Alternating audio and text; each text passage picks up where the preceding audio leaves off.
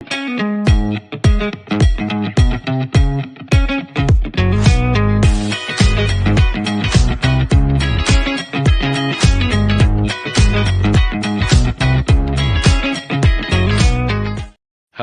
welcome back to Leicester Fan TV. This is the Fox's Focus Show. We'll be discussing all things Leicester.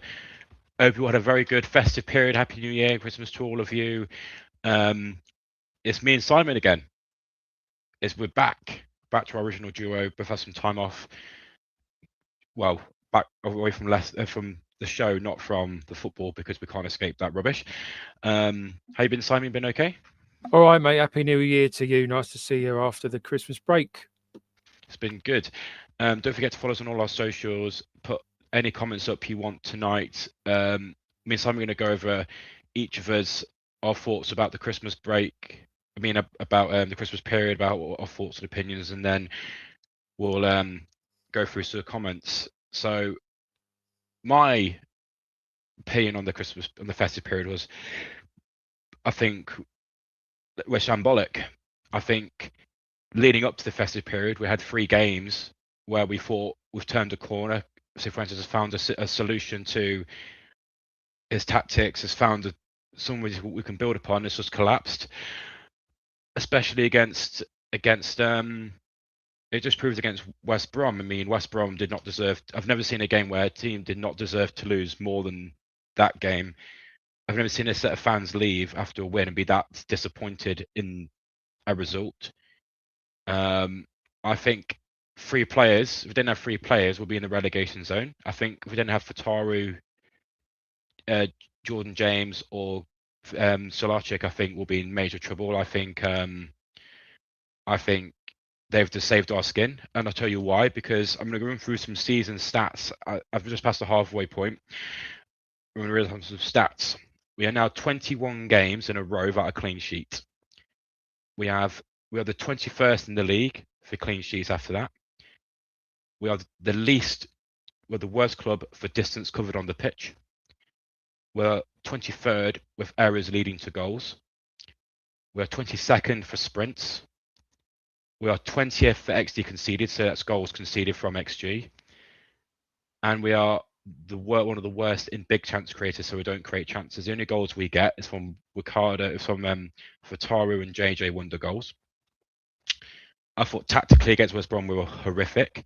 Why on earth would you send Ricardo, who is injury prone and can't run, into midfield? So when they lose the ball, we've got no right back. We've got no right back, and the left side is completely empty, so they can run in and score a goal. Who comes up with those tactics? I don't know why they exist. I don't know who thinks we should be doing that, but it was awful. And I just think it was awful, and I don't know how we won that game, but we did. And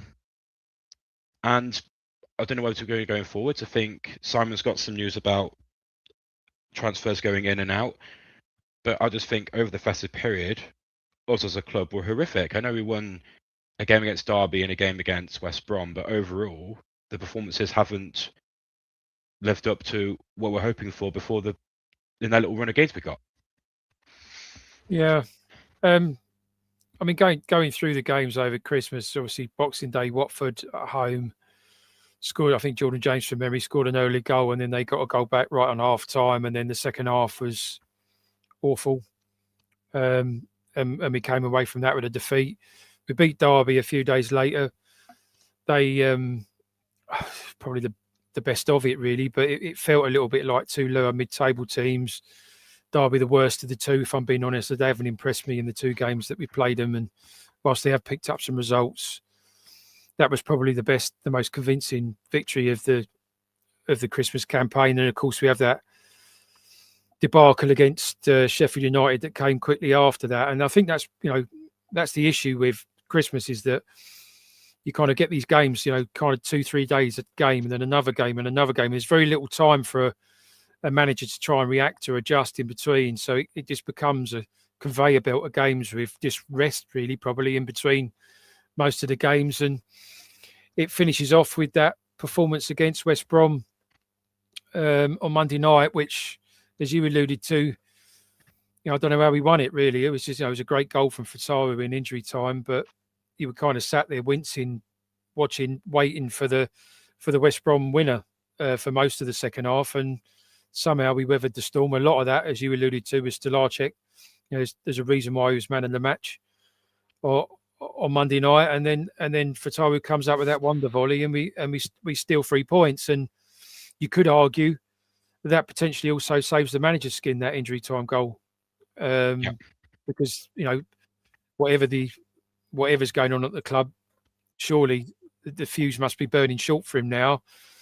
And apart from the first few games of the season, as we've alluded to a lot this year, we've lacked any consistency. We'll pick up the odd win, and you think, oh, things are on the turn, and then the week after, it's just as bad as it's ever been. So, here we are where we are, and whilst we're only 4 points off the playoffs, somehow it doesn't really feel like we're going to build a collection of results to drive us into the top 6 at the moment.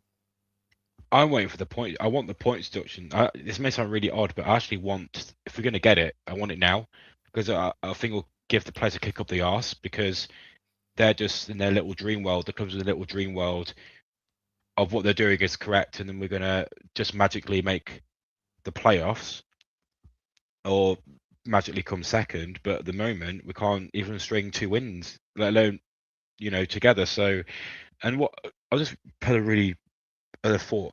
Remember in pre-season how before Cifuentes was appointed, Andy King was all about fitness. Like he got the squad ready, so when Cifuentes came in, they could instantly just go into pre-season big games. How on earth are we covering the least distance and having the mini sprints on the pitch when going into this season, most of the players were Premier League fit and had all that training in the summer? How they also either they're unfit or they're being told not to run? Yeah, I mean we've not strung a 90-minute performance together really this season, apart from maybe Derby away. You could say that the first half was outstanding. In the second half, we did a good job of nullifying their kind of attempts to get back into the game. You could argue that was a 90-minute performance. By and large, we've pretty much done the same as we did last season. He's playing little spells of games, at a half or 30 minutes or whatever, and then been on the back foot chasing shadows for a lot of the rest of it. Are we fit? I don't know. We don't know. We don't see them train. I mean, Jordan James has said quite a bit over the last few weeks about how everything looks wonderful in training, and then they get on the pitch on a match day, and it just doesn't translate from the training ground onto the pitch. Only they'll know why that is. I mean, you could be cynical and argue they look good in training because they're playing against each other, and maybe some of them aren't the best in terms of quality, and you get against a more organised side. And of course, you've got this rigidity, and there's this last week, Amarin's been sacked at Man United, Maresca's been sacked at Chelsea. 2 managers that are synonymous with having one system, one idea, one philosophy, and sticking to it forever, regardless of the outcome. I kind of put Cifuentes in the same bracket. He's got an idea, a philosophy, a system, and he just wants to regurgitate it. And whilst he's less averse than some of our recent managers that have gone before at changing things, he doesn't mind putting a sub on or changing it or trying to affect the game. The general theme of what we do still remains the same, and we are largely reliant on, from an attacking sense at least, from Jordan James and the wide players, with maybe sometimes the 10, if depending who's playing there, on providing any sort of spark in quite a rigid manner. It's quite set, and if all clubs that you come up against will do their homework and will look at the opposition, and I think we're a little bit maybe single dimensional and easier as a result to nullify.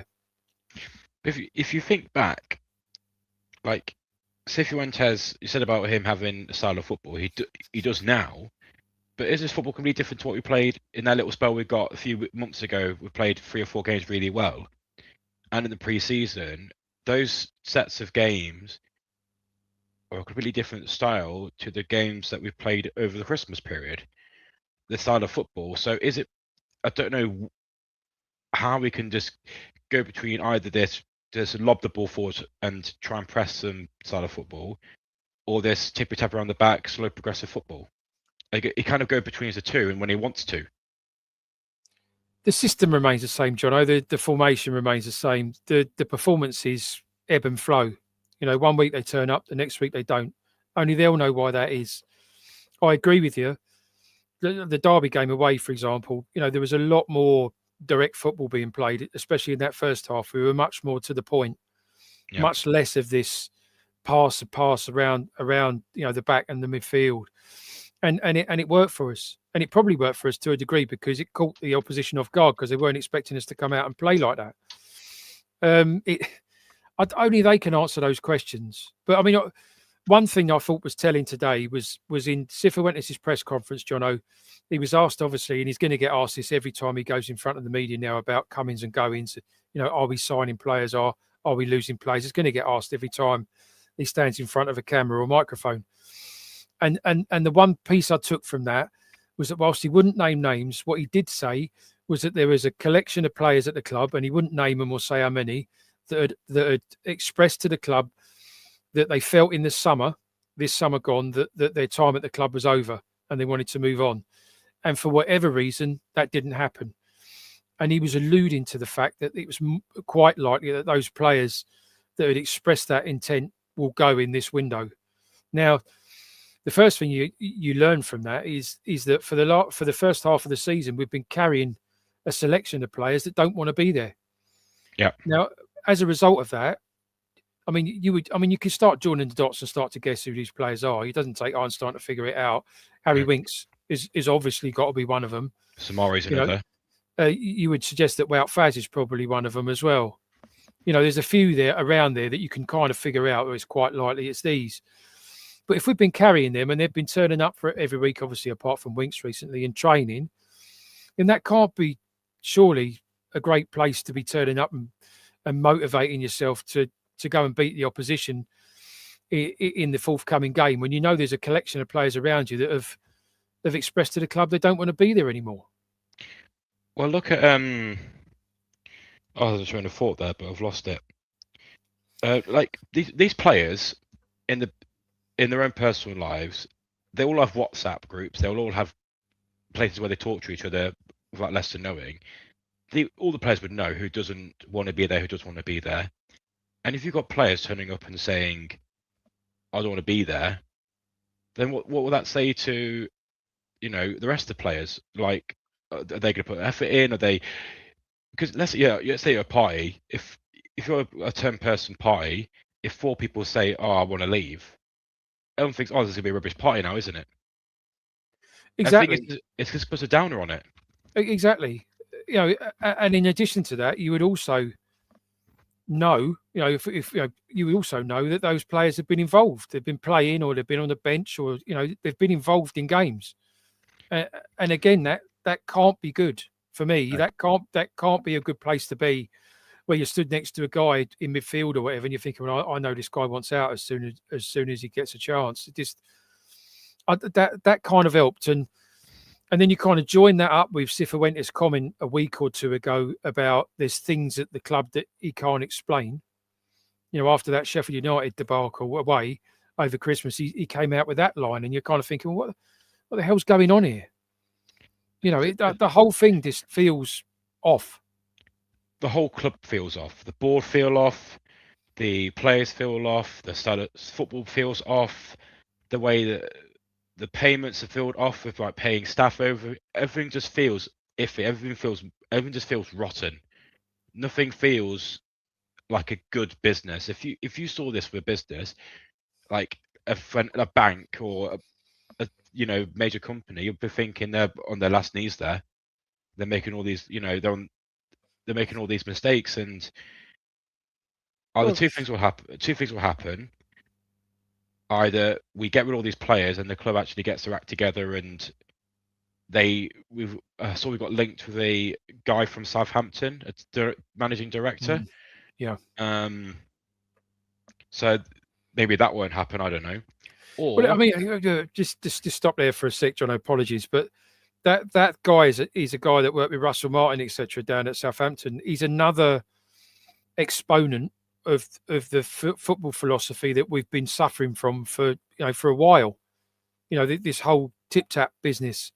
He's another one of those, and it doesn't, that appointment to me doesn't spell a shift change in the philosophy at the club. It just spells someone who suits what's already going on, which to me is not the answer. What's going on right now isn't working. The basics of it are that we've got the highest paid squad in the league and we're lower mid-table. It kind of just feels like the club is offering the absolute bare minimum to keep fans kind of like, maybe we're just okay, but in reality we're just sleepwalking slowly into League One, because we're running those stats of relegation form. We should be in the relegation zone. If it wasn't for Jordan James or Fatara, we are a relegated team. We will be in the relegation zone. We're not playing like a team. We're not playing like a mid-table championship team at all. The stats are saying we're pretty much down there. Yeah, so, and I thought that West Brom game on Monday kind of summed that up. The endeavour and the enterprise of West Brom through most of that game was far superior to anything that Leicester offered. But there were a couple of pockets of skill and ability for us that made the difference and got us the 3 points. You take those two pieces of excellence out of that game and we lose. The overall performance was poor. And I thought that game kind of summed up our season. Our season's been, it's like last season in the Premier League. It was overall horrific experience. The only thing that saved that season was Vardy's final goal against Ipswich and that away win against Spurs. That's the only two highlights of that whole season. I can't think of any of the highlights from this season. The Fatawu halfway line goal, and that's it. The Derby away performance I'd add in there because I thought that was excellent. An excellent performance. But an anomaly, not the norm. It was an exception, not the rule. And that's the problem. Like, think about the FA Cup winning season, the Premier League season. I couldn't count on my fingers and toes how many good moments there were in those seasons. I can count on my one hand how many good moments we've had out of the last three. The last two, sorry. It's been an awful 2 years at the club, and this is why the fans boycotted the game, because we can't see a way out of this. We can't see the light end of the tunnel. The club promises these things, but they don't deliver. And I think that we need to keep doing this. I think there should be a whole, like what Sheffield Wednesday did. All the stands empty, every single one completely empty. That's the only way we can actually get a message through to actually fix what's happening. I'm not saying King Power out, but just try to actually fix this. Yeah, I mean, in terms of the boycott on Monday, I'll hold my hand up. I didn't go, and whilst it was a freezing cold Monday work night and all the rest of it, I didn't. I'll be honest, I didn't go because of the boycott.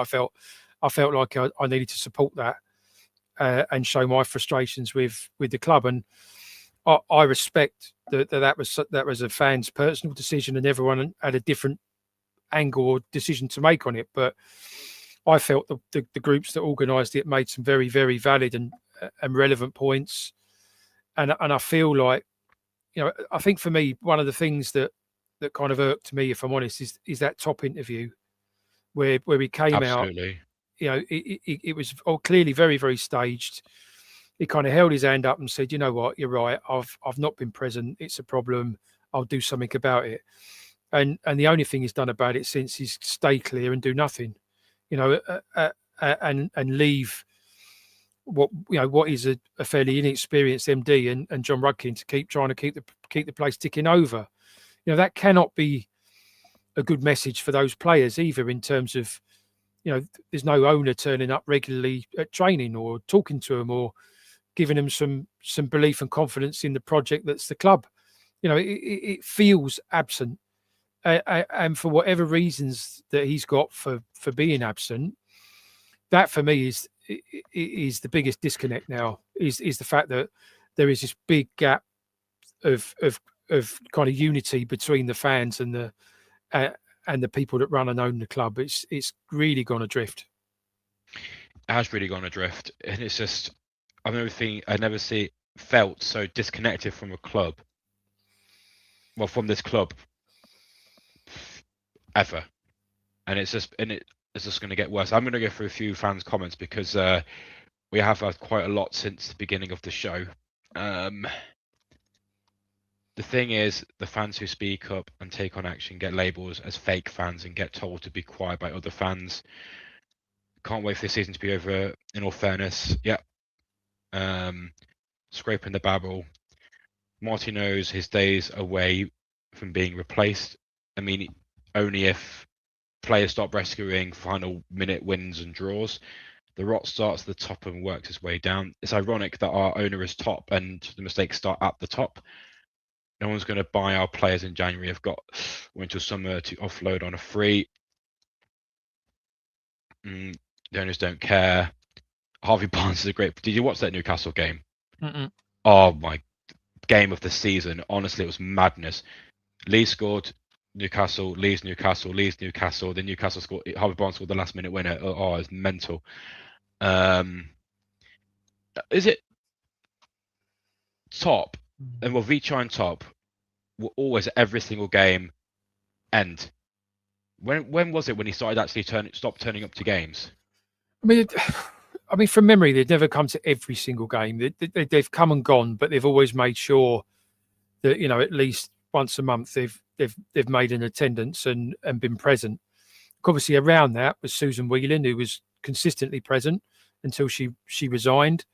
And I think that may be in hindsight when we get a bit further along this journey and we look back, will be a significant moment when she resigned, because I think she was ever since King Power bought the club, she was a significant part of that and was the kind of, people like Jamie Vardy talk very highly of Susan Whelan and his relationship with her. So I think that was a blow, especially given Top's more distant approach, especially of late of it. But I mean, it makes you wonder: is he sat in Thailand thinking, right, I'm not going down there, I'm going to get hell when I turn up? Is he worried about the sort of reception that he's going to receive if he does turn up, and has decided that it's better he keeps clear for the time being? And I don't know, Jono. What he seems to forget is none of us think he's a bad person. I don't think he's a bad person. What their family has given us is some of the best memories I'll ever have in football ever. I will never have the joyful memories I've had ever when watching football. And a lot of other clubs will never get the same feelings we've had. Teams like Bournemouth, Fulham, Brentford, teams like that. Crystal Palace won the FA Cup, but winning the Premier League, none of those clubs will feel like that. And all we want him just to try and put it right. It's not like Sheffield Wednesday's owner who literally tried to put the club into the ground. He's just not a good businessman. He's not a good at his job of being an owner. That's not against him, but I want to see him put it right. I want him to fix it. I want him to stay and try and fix it. So if he comes to the club and just gets a microphone and say, look, I'm really sorry, and actually puts a statement out saying, right, these are the changes. This in February, April, by Christmas, by New Year, this is our plan. Then maybe that's the case. But I mean, ultimately, if you're the CEO of a business like he is currently of Leicester City, you've either got to be present and run that business and be the figurehead of it, be the inspiration for the people in it, both playing and non-playing, and give the business a plan and a vision for the future where everyone's working on the same page towards the same end goal. Or if you're not able or willing to do that, you need to put capable, experienced, qualified people in place to do it in your absence. Yet for quite a long time now, John, he's done neither. No, Yeah, isn't neither. and so it's just drifting. And I think the Well, fan base, largely apart from those that are, because any club's got fans that will just say, "We'll just shut up and support," and I respect that opinion. But shut up and support till when? Till we're in the non-league? I mean, yeah. how long are we willing just to sit back and scream and shout for the team whilst it's giving performances like that, like it has done this season? There has to be a line drawn in the sand, and for me, now's the time. The club really need to get that message from the fans that this This is this is enough. it can't carry on. It's been long enough.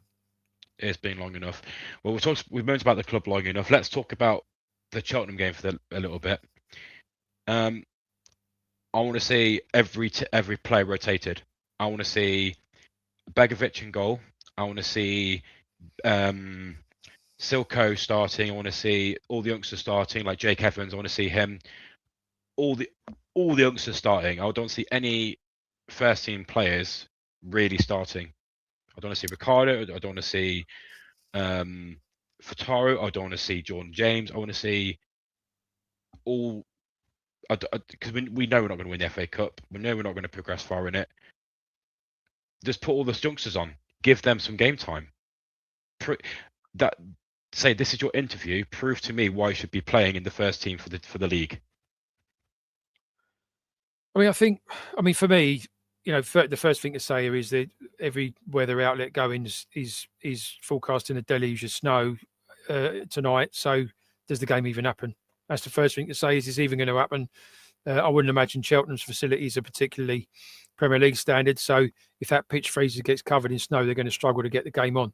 But if they do, I agree with you. It needs rotation, but I don't think it really matters. In the course of this season right now, yeah, we could go on a bit of a cup run, but as we've alluded to earlier in this conversation tonight, we're such a Jekyll and Hyde team that we could get beat by Cheltenham on Saturday and potentially go and beat Barcelona the week after. We turn up one week and not the next, and it's so you just we can't lost to Huddersfield, didn't we? We lost to Huddersfield. You just can't see us stringing a consistent level of results together to drive us into the latter stages of the FA Cup, because we'll just get into a game and won't turn up. So for me, I'm not really that bothered about the weekend, if I'm honest. So the thing is, if we do lose, I'm not going to be hell-bent by saying Marty out, stuff like that, because it's not going to do anything. Like, it's not going to be sacked from a loss to Cheltenham on a freezing cold weekend. I just want him. I just want to see. I want to see the youngsters. I want them to prove a point, because we're not seeing many of them. If we want a striker, is it Jake Evans? Is it who's our striker that everyone's calling for? Is it? Yeah, I mean, it's Evans, but I mean, Silko Thomas seems to have been like having a bit of a go up front in Ayew's absence give him lately. a full game. Give him a full game. I want to see all these youngsters, because let's face it, if we get all these players in January, we need to have the youngsters for rotation. Give them this chance to prove it. I mean, that group of youngsters we've got that play these cameos, your Louis Pages, your Jeremy Mongers, your Silko Thomases, your Aluko at fullbacks, and da. They've got their part to play this season, but I think it's been clear, certainly in my opinion, so far this season, they're not going to stand up and be counted at this stage of their career. They're players for specific jobs at specific times. They're not going to, right now, a couple of seasons' time, I think it's probably, if you're sitting here tonight and you're looking for a shred of positivity amongst what we've talked about, it's us keeping hold of that group of youngsters and developing them over the next couple of seasons into being match winners and players that can play at a senior level consistently. Right now, they're not. And I'd include Jeremy Monger in that as well, that, whilst he can be a fantastic talent, he can also look a little bit green and not quite ready for consistent senior level football at times as well. So it's a work in progress. There's no harm in playing them, short of risking them getting injured at the weekend and giving them that chance to get some experience. Cheltenham are 18th in League Two, so you would suggest They're from what I looked earlier, I think they won and lost their last 1-2, lost 2 in their last 4 games. They look like an inconsistent side. One week they turn up, the next week they don't. They play 4-3-3 consistently, week in, week out.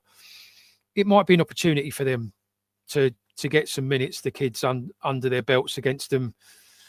But ultimately, if it's a freezing cold, day and that pitch is not in the best of nicks, I'd probably try and protect him for what's more important, and that is to try and get enough points when the points deduction kicks in to keep us away from the bottom 3. I mean, with that, the one thing we'll say is that that win against West Brom is actually massive, because we've now formed a cushion between the bottom 3, because I'm in my heart knowing it's a 9-point deduction. Or because there's 3 charges, isn't there? Mm-hmm. So 3 points per charge. That puts us, I think, 3 or 4 points above the relegation zone. We're 13 points clear of the bottom 3 as it stands. Yeah, so we have a 4-point deduction, 4-point gap. So that win was significant, because if we didn't win that game, we'd only be 1 point, and then we're right in the thick of it. So we just got to keep ploughing on and hope. I want to see the kids rotated against Cheltenham. That's fine. Absolutely fine. I mean, obviously, like you said, Ricardo, you don't want to risk him. No. In a game like that. I don't think he was the player even that he was last season. Even now, he's a couple so injury prone. He's so injury prone. And there's a little bit of a lack of pace as well here and there at times. He gets exposed more than he used to. Then why put him in the midfield and leave the whole right back exposed when he can't run? Do you know what? And this is my opinion. Sometimes I think with Cifuentes, he listens to fans a bit when he makes his decisions based around that. I mean, there's been a lot of stick for Luke Thomas lately amongst the fans. A lot. I've heard it in the ground. I've heard it on forums. I've heard it on here. He's got a lot of tap. And it's kind of, I mean, you could argue Cifuentes is going, do you know what? Just step out for a bit and get the heat off you. But sometimes it feels like popular kind of decisions, in terms of, I'll tell you what then, the fans are screaming and saying Luke Thomas can't play football, save his life. So we'll take him out and we'll drop him. And we'll put Chowdhury and Ricardo. And it feels sometimes a bit like he's trying to please the crowd with some of his decisions, Yeah. And I don't know. Chowdhury struggled on Monday night for me, Jono. There were 2 or 3 times where he got absolutely exposed. And I'm not saying he wasn't trying to give his best, because I don't think there's ever been a time that he hasn't really gone out there and tried to do his best. But was it any better than Luke Thomas? Probably not. No. Probably not. And Luke Thomas is on a 4-year contract now, 4-year contract extension. So it's baffling. So we'll end on score predictions: 3-1 Leicester, because we never keep a clean sheet. Well, it's 20 games without a clean sheet now, Jono. It's 21, isn't it? Oh, 21 after, yeah. Sorry. 21 after West Brom. Yeah, so that's a little bit frightening.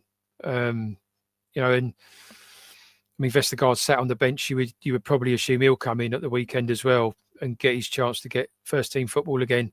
I'll go with a narrow 2-1 victory to Leicester. I don't think there's enough goals in that team. In our team, to win anything convincingly at the moment. And on a pitch that you're not used to. You're used to really nice flat pitches. On a pitch that is going to be like frozen, it's going to be bobbly, it's going to be noisy from Cheltenham fans, because this is a big game for them. You've got a big club FA Cup winner only 4 years ago. When coming to a ground like that, they're going to be up for it. I think it's going to be a tight game, but so then they've got the upper ground because they're used to that pitch. So I think 3-1. I think we can bring on Fataru, Jordan James, those players, to Mavididi to kill the game off if we just start to struggle. So yeah, it's very dull at the moment. Everything just seems a bit doom and gloom, doesn't it, around Leicester City? I've seen people popping in comments, and obviously we both appreciate all your comments and every time we do the show on a Thursday. But there's a few going, well, Top being present wouldn't change the result. I actually don't agree with that. I think it would. I think the owner, apologies, going into the dressing room before the game and tapping the lads on the shoulder and going, "No, I'm here, I'm with you. I care about this. I care about how you perform. I'm going to go and sit up there now. I'm going to watch you, and I expect you to put a performance in." I think that raises the stakes a little bit for the players. That's what Vichai did. That's what Vichai did, because Kasper Schmeichel did an interview with Overlap, and he talked about how Vichai came to the changing room every single time he was there and said, I won't be disappointed if you lose. I'll be disappointed if you don't try. Every single time. And the players put in 100% effort every single game Vichai was there. Any organisation for me, be it football or not football, needs a figurehead. It needs someone to inspire the people that are amongst that towards something that's clear. This is our goal. This is what we're working towards. This is how we're doing it. And I need you all to buy into it. I don't think we've got that. And I think having an owner that's largely absent is at least a portion of the problem for me. I think Leicester's such a... It pains me because we're such a massive potential. We've got a good stadium, we've got a phenomenal training facility, we've got excellent youngsters. We've got potential to be a great club. All that's missing is bad management. That's the only thing in our way from being a great club. Once that bad management is ended and we got rid of all the arsehole players who can't bloody play for the club and they're getting paid 40 grand a week, once they're pissed off, we can actually start to run like a club again. So, and the other thing I'd say as well is, from a playing point of view, where is the leader on the pitch? And I've seen quite a few fans bring this up, and there's been a few sort of suggesting that Jordan James should be that person. I'm not sure if it's maybe a little bit too soon for that right now, but I think it's Vestergaard when he's on. Yeah, I'd agree. I mean, he's got his shortcomings as a player, in my opinion, but he's one of the best defenders he's vocal in the league. Yeah, and he's vocal. He's vocal, and he's involved. I feel we need more people around the club like that, both playing and non-playing. We need inspirational people that are willing to stand up, take responsibility, and give the rest something to focus and believe in. And I think if we could get that collectively, both on and off the pitch, we'd start to steer this back in a direction that's more positive. Well, look at Vichai. He said to the players when he first came, he said, "I want Champions League football in 4 years." Well, but we're just came out of League One at that point. And guess what? He did it, and that's what the players aimed towards. That's what the players were passionate about. That's what the goal was. We need that figurehead. Anyway, we could talk about hoping, reaching, seeing pigs fly. But we appreciate you all for watching. Don't forget to join us on our socials. We have got a WhatsApp open, I think, for fans now that people can come and join us on. Appreciate you all for coming. We've got the aftermath show with Jamie on Sunday after the Cheltenham game. We've got Phil's show on Monday, and me and Simon are going to be back every Thursday because now we're back to our normal miserable working lives. Well, thank you so much all for watching, and we shall see you all next week. The Leicester City machine is on the march again. Leicester Fan TV presents a variety of content like fan discussions, match analysis, and engaging with Leicester fans worldwide. We want your views live, thanks to our sponsors, Everard's, Pucker Pies, Hologram, Take Me, Newbie & Co, and the Fox's Arms. Want to watch more content like this? Hit the like button. Give us your views. Hit subscribe to Leicester Fan TV and make sure to follow us on all socials.